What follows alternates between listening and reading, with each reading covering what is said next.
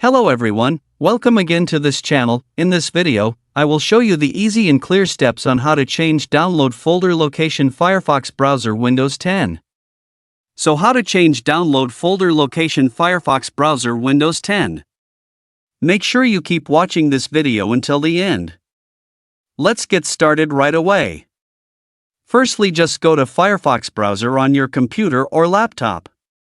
This is the Firefox browser display. Then move the cursor to the top right of the screen. Here are lots of menu options. Then tap the three-line icon here. And a scrolling menu will appear like this. And tap the settings menu here. Now here it is in the settings menu. Enter the general menu. Now here it is in the general menu. Scroll down to find the download menu. Now next. Tap the Browse button here. And it will appear like this. Select folder as the download location. After that, tap select folder.